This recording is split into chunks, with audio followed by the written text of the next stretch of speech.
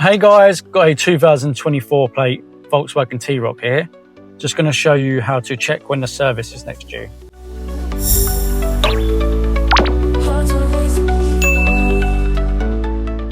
So on this one, you're going to make sure your ignition is turned on or engine turned on. Then come to the screen in the center of the dash. And from here, press the car button. Then settings.